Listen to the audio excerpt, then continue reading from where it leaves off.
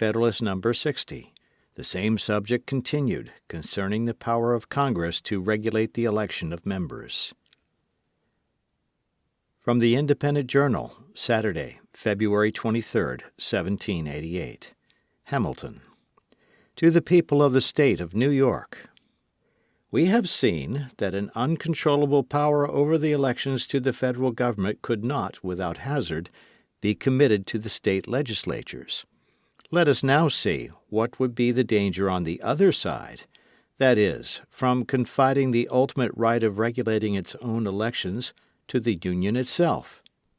It is not pretended that this right would ever be used for the exclusion of any state from its share in the representation. The interest of all would, in this respect at least, be the security of all.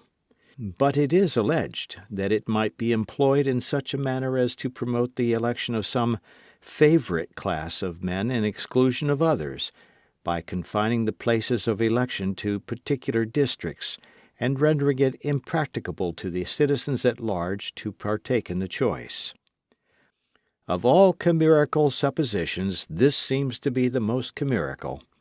On the one hand, no rational calculation of probabilities would lead us to imagine that the disposition which a conduct so violent and extraordinary would imply could ever find its way into the national councils, and on the other, it may be concluded with certainty that if so improper a spirit should ever gain admittance into them, it would display itself in a form altogether different and far more decisive.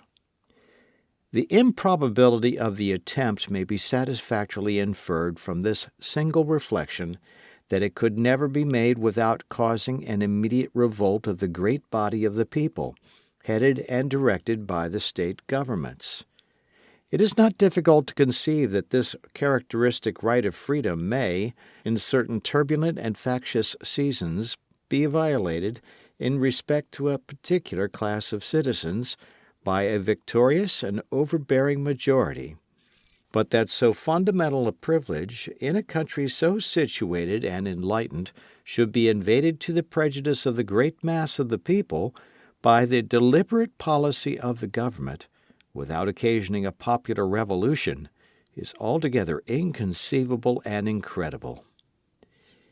In addition to this general reflection, there are considerations of a more precise nature, which forbid all apprehension on the subject. The dissimilarity in the ingredients which will compose the national government, and still more in the manner in which they will be brought into action in its various branches, must form a powerful obstacle to a concert of views in any partial scheme of elections. There is sufficient diversity in the state of property, in the genius, manners, and habits of the people of the different parts of the Union, to occasion a material diversity of disposition in their representatives towards the different ranks and conditions in society. But though an intimate intercourse under the same government will promote a gradual assimilation in some of these respects, yet there are causes, as well physical as moral, which may, in a greater or less degree, permanently nourish different propensities and inclinations in this respect. But the circumstance which will be likely to have the greatest influence in the matter will be the dissimilar modes of constituting the several component parts of the government. The House of Representatives being to be elected immediately by the people, the Senate by the state legislatures, the President by electors chosen for that purpose by the people, there would be little probability of a common interest to cement these different branches in a predilection for any particular class of electors. As to the Senate, it is impossible that any regulation of time and manner, which is all that is proposed to be submitted to the national government in respect to that body, can affect the spirit which will direct the choice of its members. The collective sense of the state legislatures can never be influenced by extraneous circumstances of that sort, a consideration which alone ought to satisfy us that the discrimination apprehended would never be attempted. For what inducement could the Senate have to concur in a preference in which itself would not be included? Or to what purpose would it be established in reference to one branch of the legislature if it could not be extended to the other? The composition of the one would, in this case, counteract that of the other, and we can never suppose that it would embrace the appointments to the Senate unless we can at the same time suppose the voluntary cooperation of the state legislatures. If we make the latter supposition, it then becomes immaterial where the power in question is placed, whether in their hands or in those of the Union. But what is to be the object of this capricious partiality in the national councils? Is it to be exercised in a discrimination between the different departments of industry, or between the different kinds of property, or between the different degrees of property? Will it lean in favor of the landed interest, or the moneyed interest, or the mercantile interest, or the manufacturing interest? Or, to speak in the fashionable language of the adversaries to the Constitution, will it court the elevation of the wealthy and the well-born to the exclusion and debasement of all the rest of the society? If this partiality is to be exerted in favor of those who are concerned in any particular description of industry or property, I presume it will be readily admitted that the competition for it will lie between landed men and merchants. And I scruple not to affirm that it is infinitely less likely that either of them should gain an ascendant in the national councils than that the one or the other of them should predominate in all the local councils. The inference will be that a conduct tending to give an undue preference to either is much less to be dreaded from the former than from the latter. The several states are in various degrees addicted to agriculture and commerce. In most, if not all of them, agriculture is predominant. In a few of them, however, commerce nearly divides its empire, and in most of them has a considerable share of influence. In proportion as either prevails, it will be conveyed into the national representation. And for the very reason that this will be an emanation from a greater variety of interests, and in much more various proportions, than are to be found in any single state, it will be much less apt to espouse either of them with a decided partiality than the representation of any single state. In a country consisting chiefly of the cultivators of land, where the rules of an equal representation obtain, the landed interest must, upon the whole, preponderate in the government.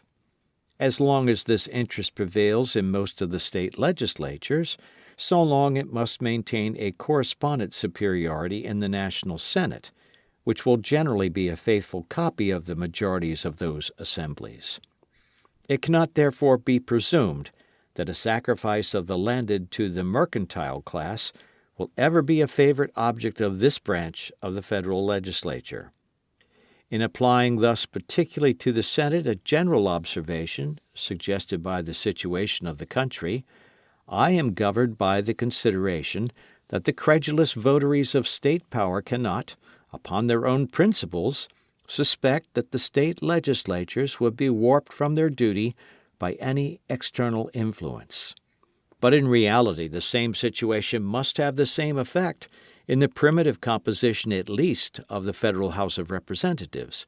An improper bias towards the mercantile class is as little to be expected from this quarter as from the other. In order, perhaps, to give countenance to the objection at any rate, it may be asked, is there not danger of an opposite bias in the national government, which may dispose it to endeavor to secure a monopoly of the federal administration to the landed class? As there is little likelihood that the supposition of such a bias will have any terrors for those who would be immediately injured by it, a labored answer to this question will be dispensed with. It will be sufficient to remark, first, that for the reasons elsewhere assigned, it is less likely that any decided partiality should prevail in the councils of the Union than in those of any of its members. Secondly, that there would be no temptation to violate the Constitution in favor of the landed class, because that class would, in the natural course of things, enjoy as great a preponderancy as itself could desire.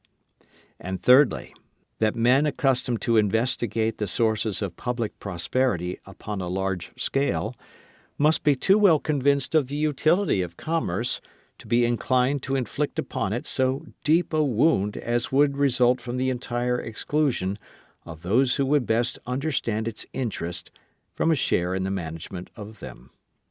The importance of commerce, in the view of revenue alone, must effectually guard it against the enmity of a body which would be continually importuned in its favor by the urgent calls of public necessity.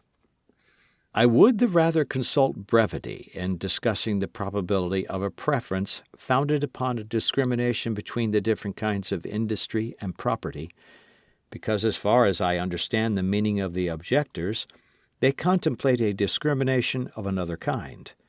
They appear to have in view, as the objects of the preference with which they endeavor to alarm us, those whom they designate by the description of the wealthy and the well-born. These, it seems, are to be exalted to an odious preeminence over the rest of their fellow citizens. At one time, however, their elevation is to be a necessary consequence of the smallness of the representative body. At another time it is to be effected by depriving the people at large of the opportunity of exercising their right of suffrage in the choice of that body. But upon what principle is the discrimination of the places of election to be made in order to answer the purpose of the meditated preference? Are the wealthy and the well-born, as they are called, confined to particular spots in the several states? Have they, by some miraculous instinct or foresight, set apart in each of them a common place of residence? Are they only to be met with in the towns or cities? Or are they, on the contrary, scattered over the face of the country as avarice or chance may have happened to cast their own lot or that of their predecessors? If the latter is the case, as every intelligent man knows it to be, is it not evident that the policy of confining the places of election to particular districts would be as subversive of its own aim as it would be exceptionable on every other account? The truth is that there is no method of securing to the rich the preference apprehended, but by prescribing qualifications of property, either for those who may elect or be elected. But this forms no part of the power to be conferred upon the national government. Its authority would be expressly restricted to the regulation of the times, the places, the manner of elections. The qualifications of the persons who may choose or be chosen, as has been remarked upon other occasions, are defined and fixed in the Constitution, and are unalterable by the legislature.